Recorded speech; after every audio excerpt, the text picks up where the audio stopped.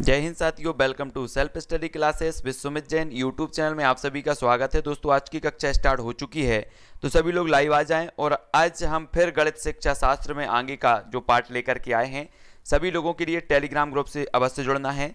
Telegram group से जुड़ने के लिए सभी लोगों को टेलीग्राम ऐप डाउनलोड करना है, फिर उसमें सर्च करना है IAS स्टडी ट्रैक और ज्वाइन हो जाना है। ठीक है, हमारी ये निरंतर कक्षाएं चल रही हैं, तो सभी लोगों के लिए इसी प्रकार से जुड़े रहना है। और पीछे वाले जो भी नए साथी हैं वो पिछले वीडियो अवश्य देखें। ठीक है, स्टार्ट करेंगे दोस्तों आज का ये वीडियो। सभी लोग लाइक जरूर कर दें वीडियो को। ठीक है, और स्टार्ट होने वाली है आज की ये कक्षा। फटाफट से आपको उत्तर बताना होता है, तो स्टार्ट करेंगे। ठीक है, स्टार्ट होने वाली है। तो आज का जो हमारा पहला प्रश्न है वो है, निम्न में से कौन सा शिक्षण सूत्र निगमन विधि से संबंधित नहीं है। तो निगमन विधि और आगमन विधि आप सभी लोगों ने पढ़ी है, तो यहां पर उत्तर बताना है कौन सा निगमन विधि से संबंधित नहीं है। उत्तर क्या हो जाएगा, सभी को कमेंट में लिखना है। फटाफट से सभी लोग उत्तर बताएंगे। तो उत्तर क्या हो जाएगा, प्रश्न क्रमांक 122 का उत्तर बताएंगे, सामान्य से विशिष्ट, सूक्ष्म से स्थूल, नियम से उदाहरण, अज्ञात से ज्ञात की ओर। तब आपका जो उत्तर होगा दोस्तों वो क्या होगा। तो जितेंद्र जी, सुरेंद्र जी, बहुत बढ़िया, डी नंबर इसका सही होगा, है ना। शिक्षण सूत्र निगमन विधि से संबंधित नहीं है, तो वो अज्ञात से ज्ञात की ओर, निगमन विधि से संबंधित नहीं है, यानी कि जो डी नंबर का है वो इसका सही होगा। निगमन विधि के मूल तथ्य देखो, नियम से उदाहरण की ओर, है ना, सामान्य से विशिष्ट की ओर, सूक्ष्म से स्थूल की ओर, ये जो होते हैं वो निगमन विधि के उदाहरण होते हैं। ये इस प्रकार से आपको याद रख लेना है। आगमन और निगमन विधि सभी लोगों को पढ़ना है। ठीक है, तो निगमन विधि में क्या होता है, नियम से उदाहरण की ओर, सामान्य से विशिष्ट की ओर, सूक्ष्म से स्थूल की ओर, ये क्या है, निगमन विधि है। ठीक है, निम्न में से कौन सा परियोजना विधि का मुख्य सिद्धांत नहीं है। तब हमें उत्तर बताना है। सभी लोग उत्तर बताएंगे, फटाफट से बताएंगे। साथ सही लोग, आपका जो परियोजना विधि का मुख्य सिद्धांत नहीं है, करके सीखना, जीवन से सीखना, विद्यार्थियों के सहयोग एवं साहचर्य से सीखना, या फिर रटकर याद करना। तब आपका उत्तर क्या हो जाएगा, 123 का सभी लोगों को बताना है। सभी को जय हिंद, सभी को गुड आफ्टरनून, सभी लोग जल्दी जल्दी से उत्तर बताना है। उत्तर क्या होगा, मोस्ट इंपोर्टेंट है। तो कौन सा परियोजना विधि का मुख्य सिद्धांत नहीं है, तब आपका उत्तर क्या हो जाएगा।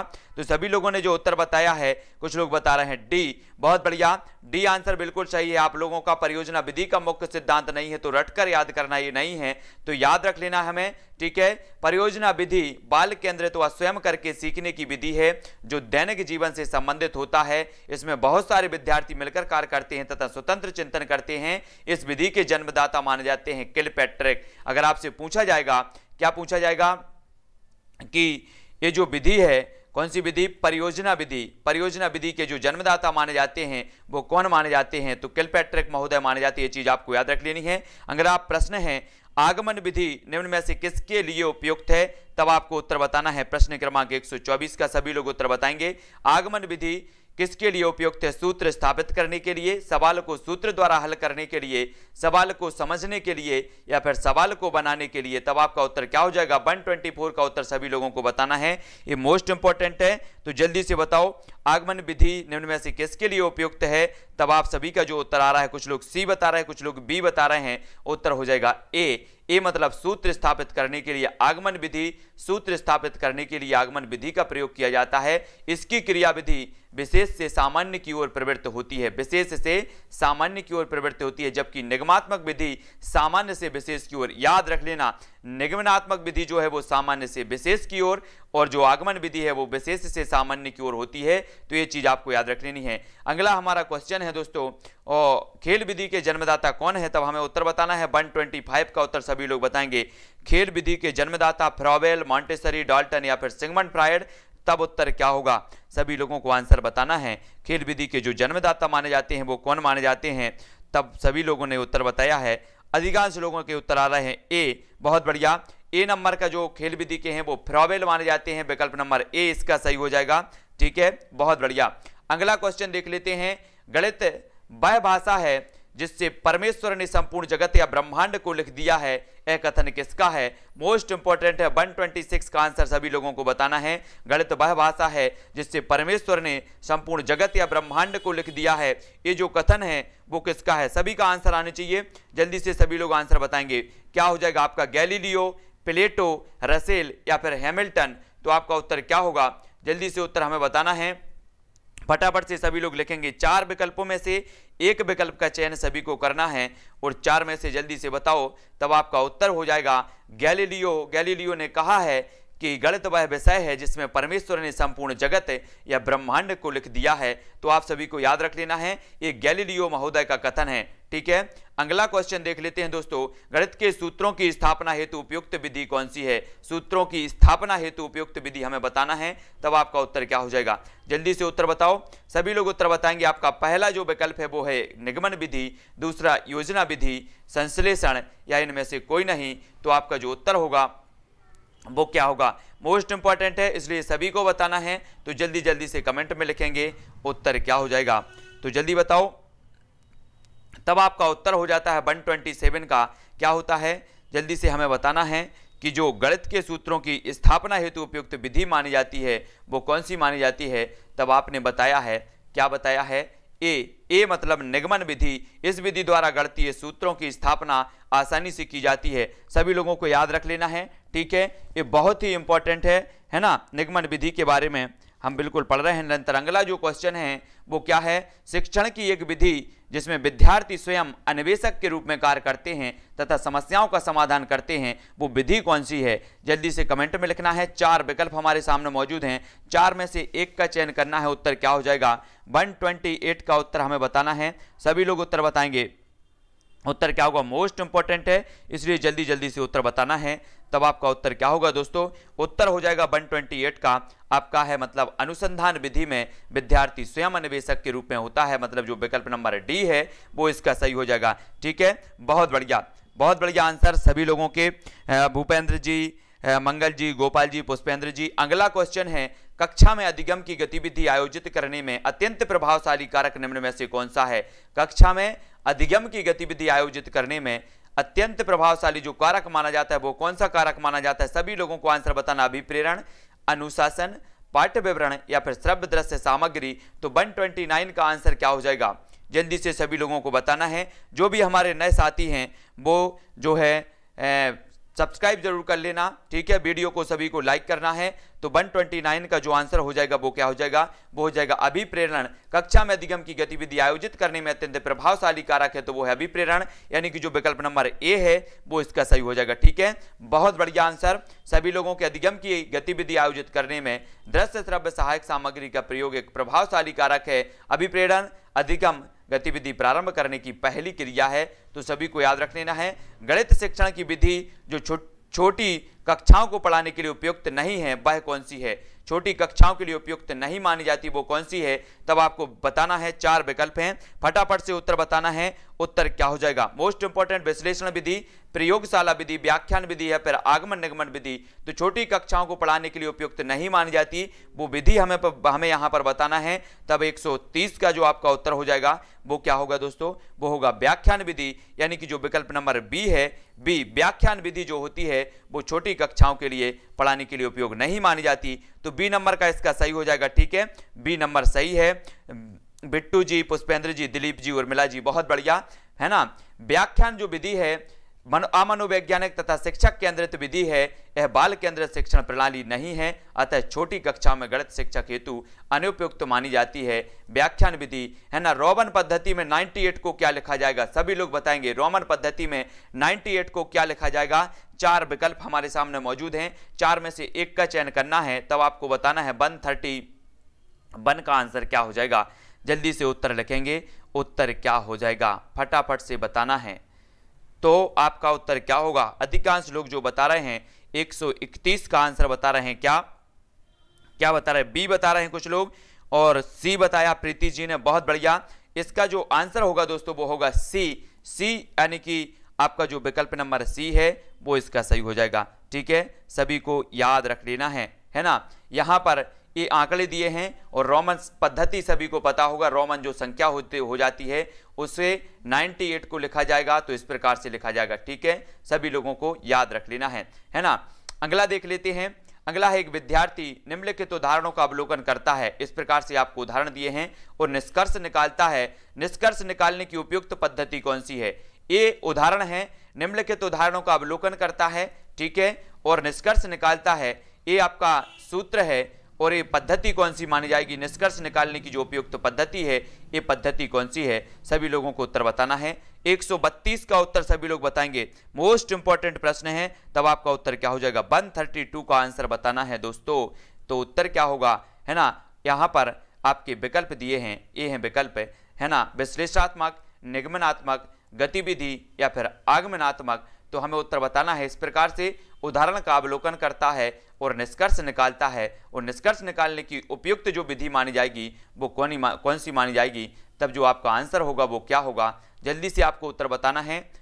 तो आप सभी ने जो उत्तर बताया है वो क्या बताया है, अधिकांश लोगों ने उत्तर बताया है दोस्तों, क्या ए बता रहे हैं कुछ लोग, लेकिन इसका सही उत्तर क्या है, डी, आगमन विधि। आगमन विधि इसका सही हो जाएगा, विकल्प नंबर डी इसका सही हो जाएगा।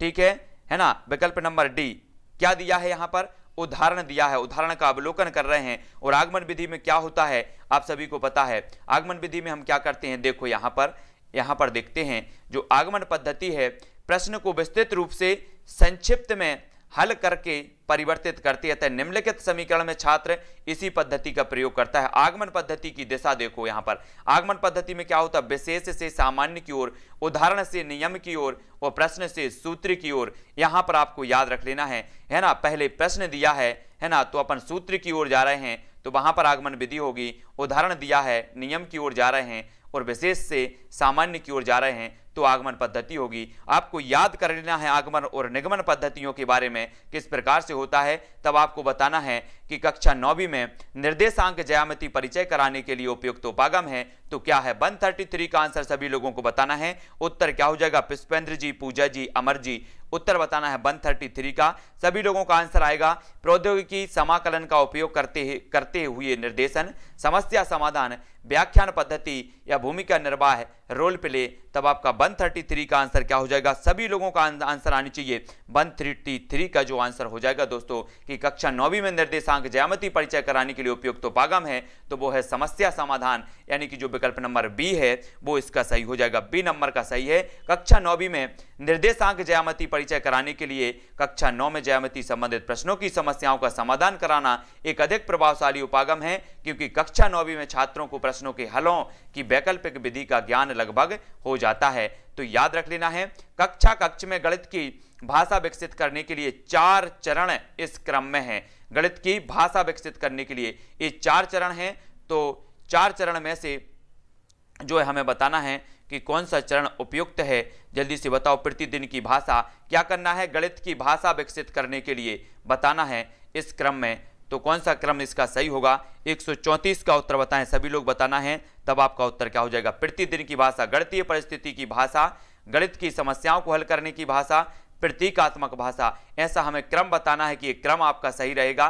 तब आपका ए नंबर ए है, बी नंबर बी है, सी है और डी है। तो उत्तर क्या हो जाएगा, हमें यहां पर प्रश्न जो दिया है वो क्या दिया है, हमें बताया गया है कि हमें गणित की भाषा विकसित करने के लिए 4 चरणों में से कौन सा आपका क्रमबद्ध होगा।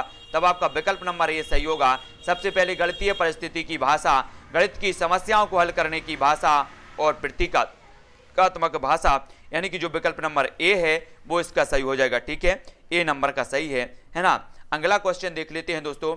यहां पर देखो, गणित की भाषा को विकसित करने के 4 चरण निम्न प्रकार होंगे, प्रतिदिन की भाषा, गणितीय परिस्थिति की भाषा, गणित की समस्याओं को हल करने की भाषा और फिर प्रतीकात्मक भाषा। ये गणित की भाषा को विकसित करने के 4 चरण हैं। अगला क्वेश्चन हमें बताना 135 का, कक्षा 6वीं की पाठ्य पुस्तक से निम्नलिखित को पढ़िए, पूर्णांकों का ऐसा युग्म लिखिए जिसका योगफल एक ऋणात्मक पूर्णांक है। उपरोक्त प्रश्न उल्लेख करता है, किसका उल्लेख करता है। 135 का अच्छे से पढ़ना है और उत्तर बताना है। तो सभी लोग उत्तर बताएंगे, कक्षा 6वीं की पाठ्य पुस्तक से निम्न प्रश्नों को पढ़िए और पूर्णांकों का ऐसा युग्म लिखिए जिसका योगफल एक ऋणात्मक पूर्णांक है। उपरोक्त प्रश्न उल्लेखित करता है तो क्या करता है, जल्दी से उत्तर बताना है। 135 का आंसर क्या हो जाएगा, मोस्ट इंपॉर्टेंट है, सभी लोगों को उत्तर बताना है। थोड़ा सा पढ़ लो किस प्रकार से ये होगा।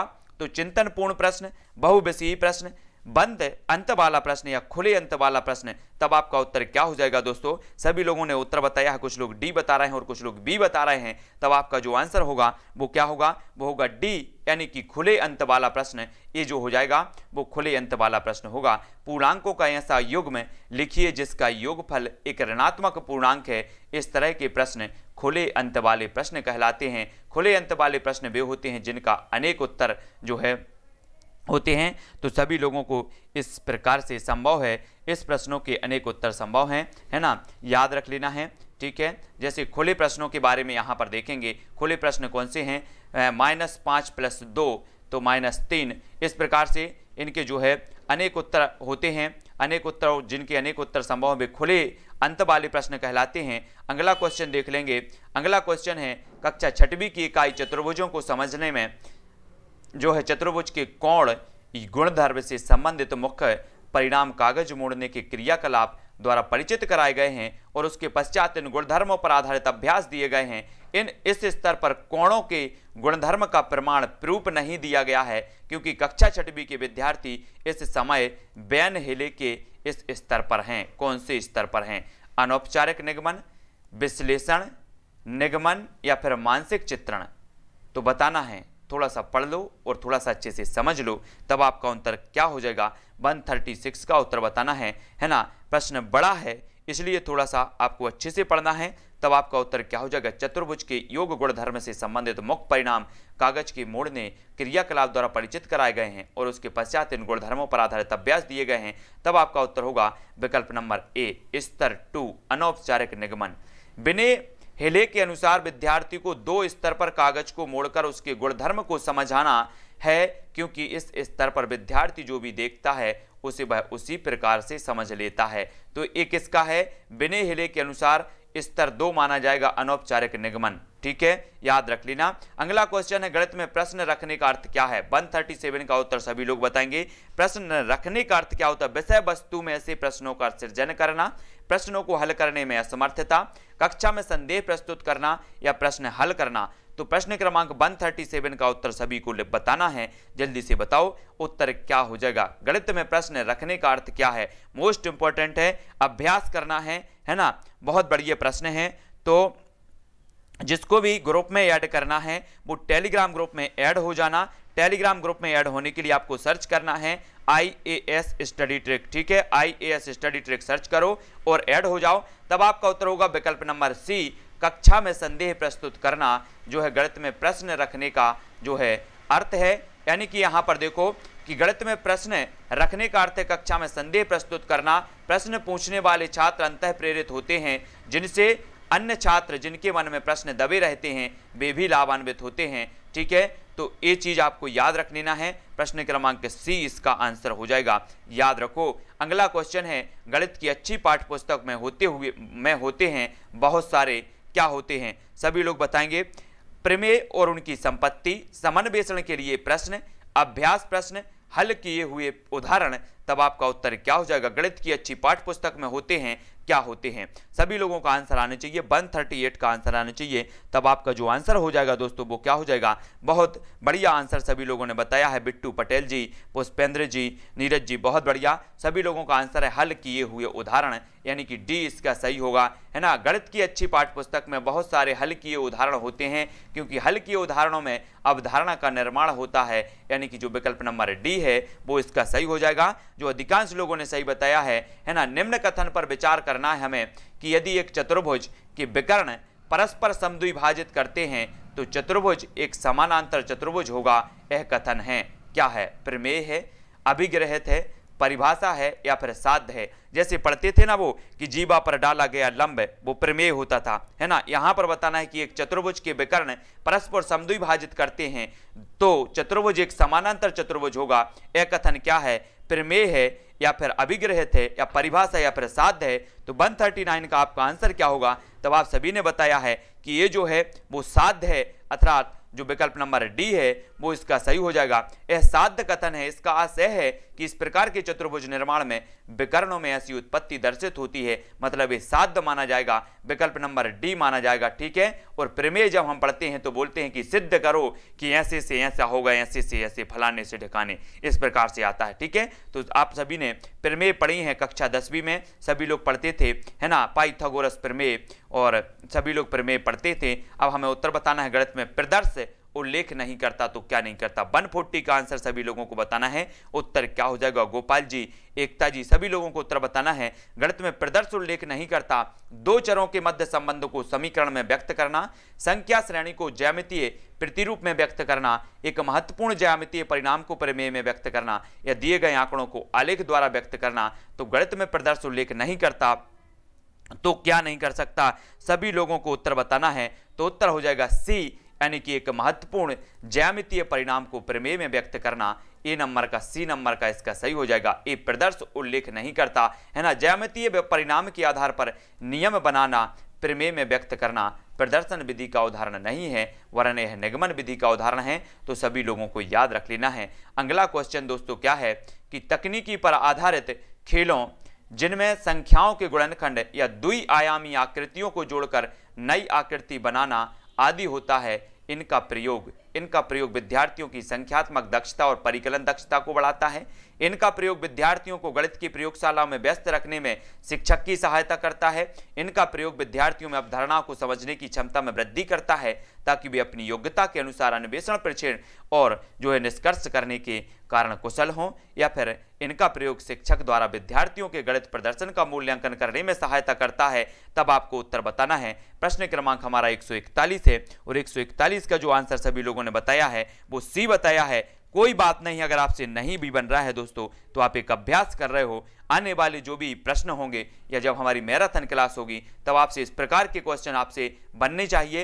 यानी कि सी नंबर इसका जो बताया है सभी लोगों ने कि विद्यार्थियों में अवधारणा को समझने की क्षमता में वृद्धि करता है, ताकि वे अपनी योग्यता के अनुसार अन्वेषण, प्रेक्षण, निष्कर्ष करने के कारण कुशल हो जाते हैं। बहुत बढ़िया आंसर, सभी लोगों ने बिल्कुल सही आंसर दिया है। याद रख लेना है, अन्वेषण विधि को और किस नाम से जाना जाता है? तो 142 का आंसर बताना है। दोस्तों छोटे छोटे आंसर सभी लोग कर जाते हैं, और बड़े आंसरों से डर करके कुछ लोग भाग जाते हैं और कुछ लोग गलत करके आते हैं। तब आप सभी को बहुत अच्छे से पढ़ना है, अन्वेषण विधि को और किस नाम से जाना जाता है। और आपने देखा होगा कि बड़े आंसर ज्यादातर पूछे जाते हैं, और बड़े आंसर को देख करके दिमाग चकरा जाता है जिनका अभ्यास नहीं होता है। तो आपको अभ्यास करना है, क्या है अन्वेषण विधि को और किस नाम से जाना जाता है। तब आपका आंसर क्या होगा? सभी लोगों ने जो उत्तर बताया है वो बताया ह्यूरिस्टिक विधि, यानी कि जो विकल्प नंबर सी है वो इसका सही हो जाएगा। बहुत बढ़िया आंसर। अन्वेषण विधि को ह्यूरिस्टिक विधि अथवा खोज विधि के नाम से जाना जाता है। इसके प्रवर्तक आर्मस्ट्रांग थे।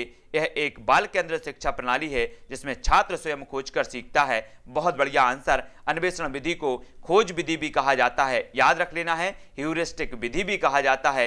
इसके आर्मस्ट्रांग जो है प्रवर्तक माने जाते हैं। ये चीज सभी को याद रख लेनी है। सरसों का पुष्प पड़ाते हुए निम्नलिखित में सर्वाधिक उपयुक्त पद्धति कौन सी है? आप सरसों का पुष्प पढ़ा रहे हैं तो कौन सी पद्धति उपयुक्त मानी जाएगी? अवलोकन, क्षेत्र भ्रमण, व्याख्यान पद्धति या फिर चर्चा पद्धति? सभी को आंसर बताना है। तब आपका जो आंसर हो जाएगा दोस्तों वो क्या होगा? मोस्ट इंपॉर्टेंट है 143 का जो आंसर होगा। सभी लोगों का जो आंसर आ रहा है, कुछ लोग सी बता रहे हैं, कुछ लोग ए बता रहे हैं, और आपका जो आंसर हो जाएगा वो क्या हो जाएगा? वो हो जाएगा सी, यानी कि क्षेत्र भ्रमण पद्धति जो होगी वो सबसे उपयुक्त मानी जाएगी। तो ये चीज सभी को याद रख लेनी है। उपरोक्त में सरसों का पुष्प पढ़ने के लिए छात्रों में क्षेत्र भ्रमण के लिए जाना सबसे उपयुक्त माध्यम है। इसमें छात्रों में पुष्प के स्वभाव, आवास आदि की भी जानकारी हो सकेगी तथा विषय बहुत रुचिकर हो सकेगा। तब हमारा अगला प्रश्न है, निम्न में से कौन सी क्रिया आधारित शिक्षण क्रिया आधारित शिक्षण विधि नहीं है? तो क्रिया आधारित कौन सी नहीं है सभी को बताना है। सोनम जी, प्रीति जी, पूनम जी, भूपेंद्र जी, सभी लोगों का आंसर आने चाहिए। निम्न में से कौन सी क्रिया आधारित शिक्षण विधि नहीं है? तो क्रिया आधारित बताना है। तब आपका आंसर क्या हो जाएगा? 144 का सभी लोगों को उत्तर बताना है। तो आपका जो आंसर होगा दोस्तों वो क्या हो जाएगा? क्रिया आधारित विधि नहीं है तो वो नहीं है व्याख्यान विधि, है ना। ये जो है व्याख्यान विधि बाल केंद्रित विधि नहीं होती और क्रिया आधारित विधि नहीं होती, ये शिक्षक केंद्रित विधि होती है। तो याद रख लेना, विकल्प नंबर जो डी है वो इसका सही हो जाएगा। ठीक है, बहुत बढ़िया आंसर सभी लोगों के आए हैं। अगला क्वेश्चन देख लेते हैं। अगला जो क्वेश्चन है दोस्तों वो क्या है सामान्य से विशेष की ओर का सिद्धांत लागू होता है, तो निगमन विधि में, संश्लेषण विधि में, आगमन विधि में या विश्लेषण विधि में। पहले हम पढ़ चुके हैं, आगमन भी पढ़ लिया है और निगमन भी पढ़ लिया है, दोनों पढ़ लिया है। अब आगमन में बताना है आपको या निगमन में, तो ये तो कन्फर्म है सामान्य से विशेष की ओर दो में से किसी में होता है, तो आपको बताना है 145 का उत्तर क्या हो जाएगा। तब आपका जो आंसर आ रहा है वो क्या आ रहा है, कुछ लोग ए बता रहे हैं, कुछ लोग बी बता रहे हैं, कुछ लोग अभी भी कंफ्यूजन है, तो आगमन और निगमन विधि को थोड़ा सा अच्छे से पढ़ना है। इसका आंसर हो जाएगा ए। निगमन विधि में सामान्य से विशेष की ओर का सिद्धांत लागू होता है, सभी को याद रख लेना है, ठीक है। और विशिष्ट से सामान्य की ओर जो है आगमन विधि होती है, सभी को बहुत अच्छे से याद करना है। इन चीजों को आपसे इस प्रकार के क्वेश्चन पूछे जाएंगे। अगला आपका क्वेश्चन है दोस्तों, गणित शिक्षण में आगमन विधि द्वारा हम आगे बढ़ते हैं तो सूक्ष्म से स्थूल की ओर, सामान्य से विशिष्ट की ओर, ज्ञात से अज्ञात की ओर या अज्ञात से ज्ञात की ओर, तो आगमन विधि में बताना है। अब पहले हमने निगमन विधि के बारे में जाना और अब आगमन विधि के बारे में सभी को बताना है, तब उत्तर क्या हो जाएगा। सभी लोगों का जो आंसर आ रहा है, कुछ लोग डी बता रहे हैं, कुछ लोग ए बता रहे हैं, तब आपका 145 का जो उत्तर होगा वो क्या होगा दोस्तों, 146 का उत्तर बताना है, तो 146 का जो 46 का उत्तर होगा वो होगा सी यानी ज्ञात से अज्ञात की ओर, ज्ञात से अज्ञात की ओर, सी नंबर का इसका सही होगा, याद रख लेना है। ज्ञात से अज्ञात की ओर जो शिक्षण सूत्र है वो आगमन विधि में चलता है ना, सभी लोगों को याद रख लेना है, सी नंबर का इसका सही हो जाएगा, याद सभी को करना है, ठीक है ना। गणित शिक्षण में आगमन विधि द्वारा हम ज्ञात से अज्ञात की ओर बढ़ते हैं, अर्थात गणित शिक्षण करते समय शिक्षक को कक्ष में पहले छात्रों को उदाहरण प्रस्तुत करें, फिर उनका जो है नियम व विश्लेषण करें। कह सकते हैं कि उदाहरण से नियम की ओर ये आगमन विधि का जो है माना जाता है। तब आपको 147 का उत्तर बताना है, क्या हो जाएगा। गणित शिक्षण की स्वयं सिद्ध विधि में कौन सी विधि सम्मिलित नहीं है, तो 147 का आंसर सभी लोगों को बताना है। ममता जी, पूजा जी, गोपाल जी, सुरेश जी, सभी का आंसर आना चाहिए। गणित शिक्षण की स्वयं सिद्ध विधि में कौन सी विधि सम्मिलित नहीं है, तो 147 का उत्तर क्या हो जाएगा। और सभी लोगों को वीडियो को लाइक जरूर करना है, जितने लोग भी, अगर 5% भी आपको सीखने को मिल रहा है तो बिना लाइक करे किसी को नहीं जाना है, सभी लोगों को लाइक जरूर करना है। गणित शिक्षण की स्वयं सिद्ध विधि में कौन सी विधि सम्मिलित नहीं है, तब आपका 147 का आंसर क्या हो जाएगा। आप सभी ने बताया है कि जो आनुवांशिक विधि है ये स्वयं सिद्ध विधि में सम्मिलित नहीं होती, यानी कि जो विकल्प नंबर सी है वो इसका सही हो जाएगा, ठीक है। बहुत बढ़िया, आनुवांशिक विधि गणित शिक्षण की स्वयं सिद्ध विधि में सम्मिलित नहीं है, याद रख लेना है। अगला क्वेश्चन है, गणित में प्रति चित्रण के लिए निम्नलिखित कथनों में कौन सा कथन सत्य नहीं है, तो प्रति चित्रण के लिए हमें उत्तर बताना है, तब आपका उत्तर क्या हो जाएगा। जल्दी से कमेंट में लिखेंगे। प्रश्न क्रमांक 148 का आंसर सभी को बताना है, तो उत्तर क्या होगा, जल्दी से जल्दी लिखना है, तब आपका जो उत्तर हो जाएगा दोस्तों वो क्या होगा। आप सभी ने उत्तर लिख दिया क्या, उत्तर इसका सही होगा सी यानी प्रति चित्रण गणित पाठ्यक्रम का भाग नहीं है, यानी कि जो सी है वो इसका सही होगा। ये सत्य नहीं है, सत्य नहीं है कथन हमें बताना था, तो प्रति चित्रण गणित पाठ का क्रम का भाग नहीं, ये सत्य नहीं माना जाएगा, तो याद रख लेना विकल्प नंबर जो सी है वो आपका सही हो जाएगा, ठीक है। अगला क्वेश्चन देख लेते हैं। 2 अंकीय संख्या को दूसरी 1 अंकीय या 2 अंकीय संख्या से गुणा करने की प्रक्रिया को समझने के लिए निम्नलिखित में से कौन सी पूर्व जानकारी होना आवश्यक है। यहां पर क्वेश्चन थोड़ा अच्छे से पढ़ लो। 2 अंकीय संख्या को दूसरी 1 अंकीय या 2 अंकीय संख्या से गुणा करने की प्रक्रिया को अगर हमें समझना है तो निम्न में से कौन सी पूर्व जानकारी होना आवश्यक है। योग का क्रम विनिमय गुण, गुणन का क्रम विनिमय गुण, गुणन योग पर वितरण के रूप में, गुणन विभाजन के प्रतिलोम के रूप में, तब 149 का आंसर क्या हो जाएगा। जल्दी से उत्तर बताएंगे, उत्तर क्या होगा। सभी लोगों ने समझ लिया तो उत्तर इसका सही हो जाएगा दोस्तों, कि वो क्या हो जाएगा, सी। बहुत बढ़िया, गुणन योग पर वितरण के रूप में, यानी कि जो सी नंबर का है वो सही हो जाएगा। मोस्ट इंपोर्टेंट, और सभी का आंसर सही आ रहा है, बहुत बढ़िया आंसर। गुणन योग पर वितरण के रूप में आपका ज्ञान होना चाहिए, ठीक है, सभी लोगों को याद रख लेना है। अगला क्वेश्चन देख लेते हैं।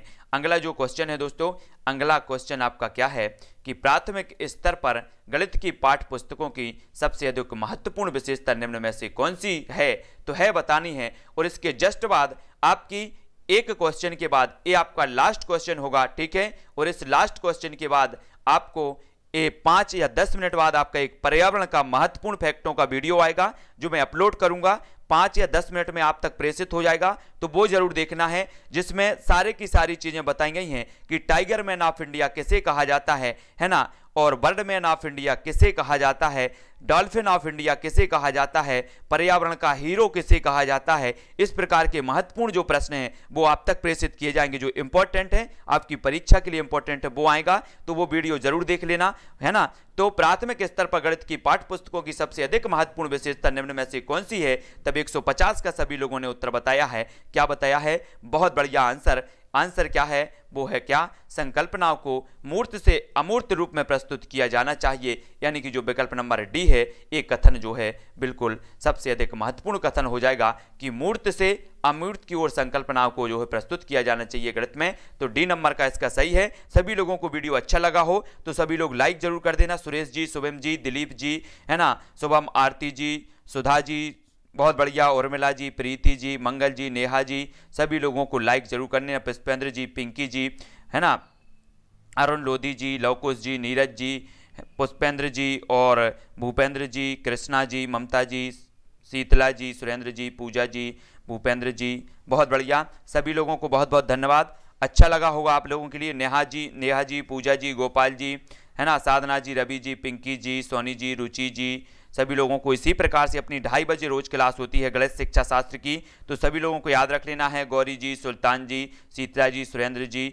सभी को याद रख लेना है। विजय पांडे जी, बहुत बढ़िया। इसी प्रकार से अपनी क्लास, अभी आपका एक पर्यावरण का वीडियो मैंने बनाया है जो बहुत ही महत्वपूर्ण है आप लोगों के लिए। सुरेंद्र जी, पूजा जी, अरविंद्र जी, वो वीडियो मैं अपलोड करने वाला हूं अभी 10 मिनट के बाद, अरविंद्र जी, तो वो जरूर देख लेना। और पर्यावरण की पूरी लिस्ट आपकी बनी है, पूरा का पूरा कोर्स आपका लगभग जो महत्वपूर्ण चीजें हैं मैंने कंप्लीट करवा दी हैं, तो वो आप देख लेना पूरी की चैनल पर जाकर प्लेलिस्ट में देखो। पर्यावरण की पूरा का पूरा कोर्स आपका कंप्लीट है, बहुत सारे वीडियो हो, जो भी महत्वपूर्ण फैक्ट है मैं निरंतर आप तक प्रेषित कर रहा हूं, तो प्लेलिस्ट में जाकर के देखें, ठीक है, देख लेना। और आज के लिए बस इतना ही। शाम को 6:30 बजे आपकी पर्यावरण की लाइव क्लास होगी, 7:15 पर आपकी बाल विकास की लाइव क्लास होगी, तो सभी लोग उस क्लास से जुड़ जाना। और ठीक है, हिंदी व्याकरण की जो अपनी हिंदी की क्लास है वो अपन ने 10 बजे रखी है, 10:10 पे आपकी हिंदी की क्लास स्टार्ट हो जाती है, तो आप लोग अगर देख सको, हिंदी आपको अगर पढ़ना है तो 10:10 बजे आपकी हिंदी की क्लास होती है, तो वो देख लेना, ठीक है दिलीप जी। और वीडियो को सभी लोग लाइक करके अपने फेसबुक या व्हाट्सएप ग्रुपों में शेयर जरूर कर देना। ममता जी, पिंकी जी, जय हिंद।